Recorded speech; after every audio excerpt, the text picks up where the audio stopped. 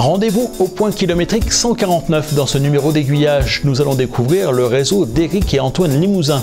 De la circulation des trains à la commande des aiguilles, en passant par la gestion de la signalisation, il s'agit d'un réseau 100% digital qui était exposé au RAMA à Sedan. Sedan, c'est dans les Ardennes. Voilà déjà une chose acquise. Mais lorsqu'il s'agit de situer le point kilométrique 149, elle se complique. Le PK 149 est un des repères qui doit exister sur de très nombreuses lignes dans l'Hexagone et ailleurs.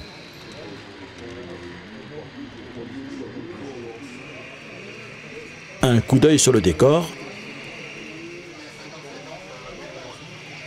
La présence de ce type de coopérative céréalière et quelques autres détails nous feraient plutôt pencher pour une ligne de l'ouest de la France. Ce que nous confirme Éric, l'un des auteurs du réseau. Pour nous aider, il nous explique que le numéro 149 lui a été inspiré par le code de son département. Celui qui figure sur la plaque minéralogique de sa voiture est le 49.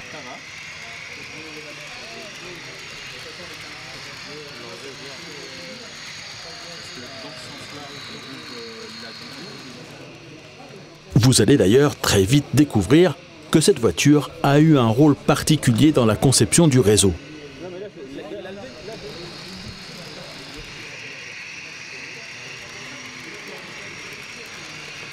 Nous serions donc probablement quelque part dans le Maine-et-Loire, c'est-à-dire autour d'Angers. Mais arrêtons-nous de chercher, il n'est pas certain qu'Éric et son fils Antoine aient voulu reproduire un site réel. Pas du tout, on est complètement dans quelque chose d'imaginaire. Le compromis à trouver, c'était au départ, quand le réseau était un peu plus petit, de concilier le C4 Picasso et le coffre de toit et le réseau. Donc on est parti de ça, donc c'est pour ça qu'on a une profondeur de 50 qui nous permet de gérer ça avec la voiture. Maintenant le réseau est agrandi, donc là il nous faut passer au camion. Donc c'est aussi le plaisir d'avoir fait ça et de présenter un petit peu ce qu'on voulait faire. Alors le premier réseau faisait 6 mètres quand on l'a fait avec la voiture, on est passé à 10 mètres. Et puis l'année dernière, il y a 2 ans maintenant, on a mis un coup de booster avec des copains de Poitiers et on a fait la COP Trinet PK 149 pour agrandir un petit peu le réseau. On se passe des convois de l'un à l'autre. Là, les 2 réseaux associés, on est à 14 mètres. Sinon, le nôtre tout seul, on est maintenant à 10 mètres. On est à 10 mètres. Et on a plus que le projet, puisque c'est en cours. On a PK 149, le dépôt, qui est un projet d'Antoine qui est en cours et qui va consister à présenter sur 3 mètres un dépôt numérique avec une plaque tournante, une rotonde. Et ce réseau sera entièrement numérisé là aussi. Il sera avec des scénarios d'entrée, de sortie. Donc c'est quelque chose, je donne pas trop de dates parce qu'Antoine est très pris. Mais j'espère dans 2 ans qu'on pourra, il est quand même avancé, j'espère que dans 2 ans on pourra le voir fonctionner et vous le présenter dans les expositions auxquelles on a toujours plaisir. Le cahier des charges aussi, mais c'est quand même de plus en plus le cas chez nos confrères. Le cahier des charges, c'était on est devant, hein. Pas question de garder les secrets, on transmet notre passion, les quelques secrets, si secrets il y a, mais il y a quelquefois des gens qui nous disent non, on ne communique pas, c'est secret. Chez nous, il n'y a pas de souci. Comment vous faites ça? Comment vous faites ci?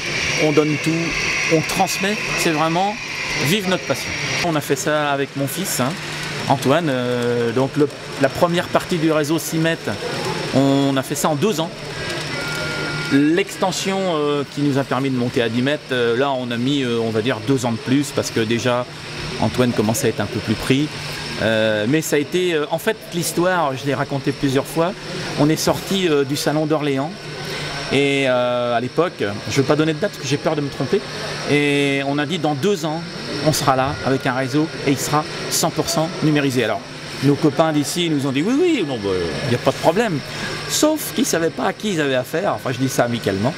Et en fait, on a relevé ce challenge et on a été chez François et André, François Gobet, André Pina, et on a présenté pour la première fois le PK avec les signaux et ainsi de suite.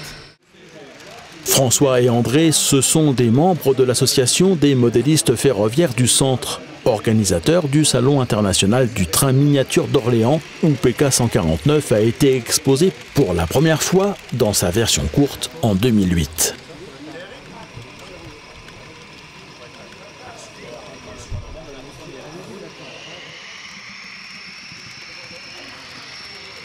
Pour la construction de son infrastructure, Éric et Antoine ont opté pour une solution proposée par le Club Rail 86, un voisin de Châtellerault. Il s'agit d'un système de caissons rectangulaires, facile à installer, qui protège entièrement le réseau à la fois dans le transport et pendant son stockage, où il est placé à l'abri de la poussière et de la lumière, grâce à un système de casquettes coulissantes et rabattables qu'il suffit d'ouvrir pour la présentation au public.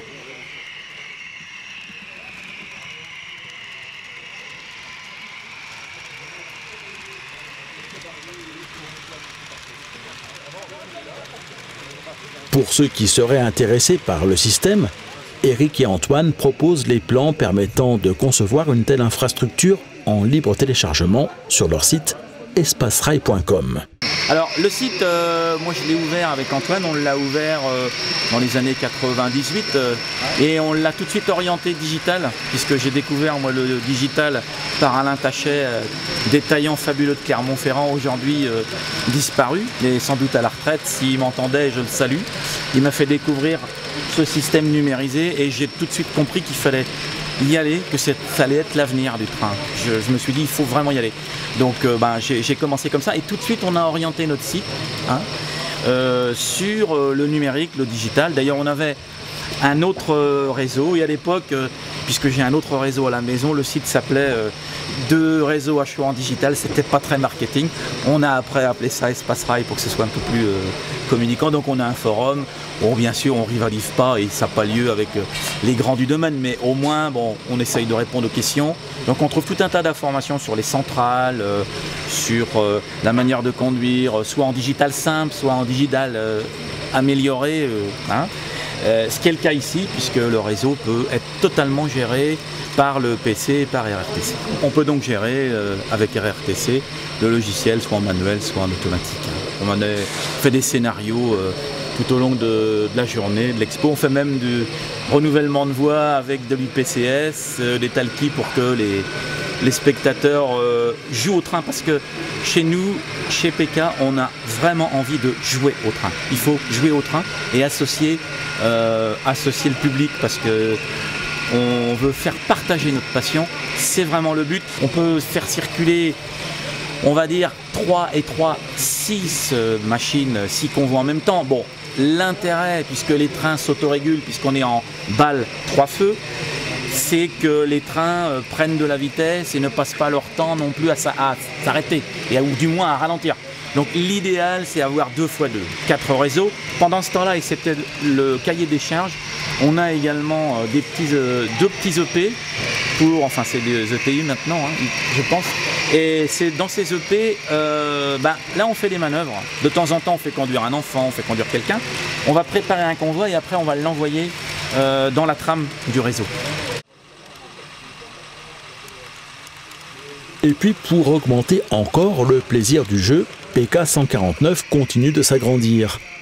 Un nouveau module, PK 149,5, a été créé par des amis d'Éric et Antoine. Il est ainsi possible d'échanger des trains céréaliers entre les 2 coopératives situées à l'un et l'autre bout des 2 réseaux associés. Ceci en attendant PK 149, le dépôt, en cours de réalisation.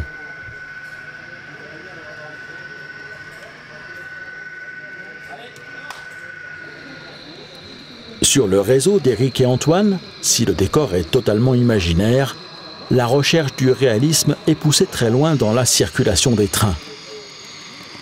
La maquette est à l'échelle HO. Aussi, et c'est une première chose, les trains circulent à une vitesse adaptée à cette échelle. Mais surtout, le système de protection des circulations reproduit ce qui existe à la SNCF. Le réseau fait l'objet d'un cantonnement en bloc automatique lumineux. Lorsqu'un train s'engage dans un canton, le signal passe au rouge, alors que le signal du canton précédent est mis à l'orange. et que celui du canton encore plus en amont indique que la voie est libre.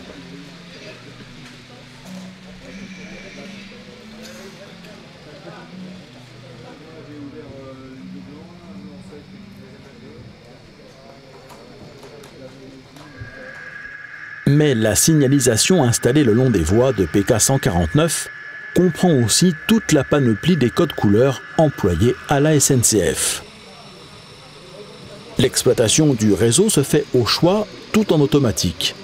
La gestion des circulations est alors prise en charge par l'ordinateur, sans aucune intervention humaine. Mais il est également possible de reprendre manuellement la conduite des trains.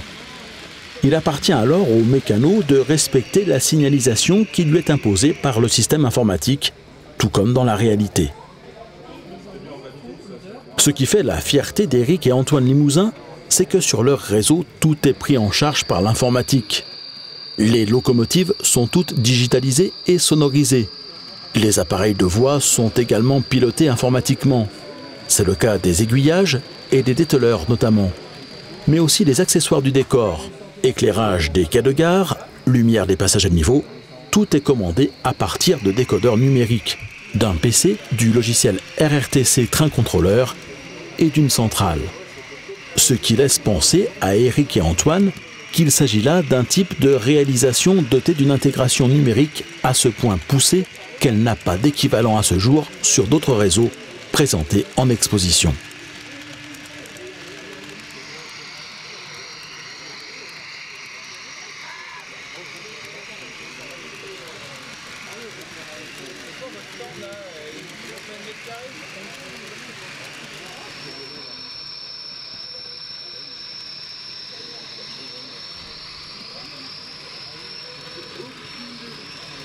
Éric et Antoine sont deux modélistes indépendants. Néanmoins, ils se tiennent prêts à poursuivre avec vous une conversation à propos de leur réalisation et plus généralement de l'exploitation numérique d'un réseau par l'intermédiaire du site web qu'ils ont créé et de son forum que vous trouverez sur www.espacerail.com.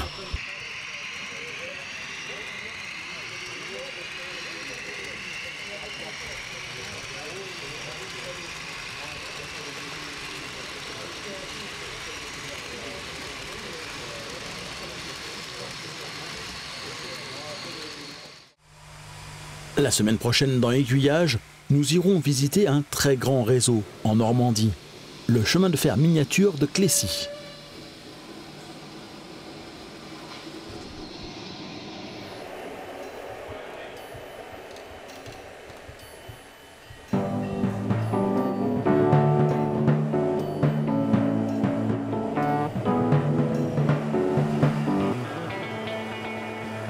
Aiguillage, ce sont chaque semaine 2 nouveaux reportages, les images des aiguillonnautes ou les clips du lundi en début de semaine et le reportage du vendredi consacré à un sujet modélisme ferroviaire en début de mois, tourisme ou patrimoine le dernier vendredi. Pour être sûr de ne rater aucun de ces prochains épisodes, abonnez-vous à la chaîne YouTube d'Aiguillage et à sa newsletter que vous trouverez sur le site www.aiguillage.eu. Et pour m'aider à continuer de vous proposer chaque semaine de nouveaux reportages, devenez un aiguillonnaute VIP. Pour un montant laissé à votre libre appréciation, vous accéderez à une version sans publicité des reportages d'Aiguillage et à la possibilité de les télécharger en haute définition.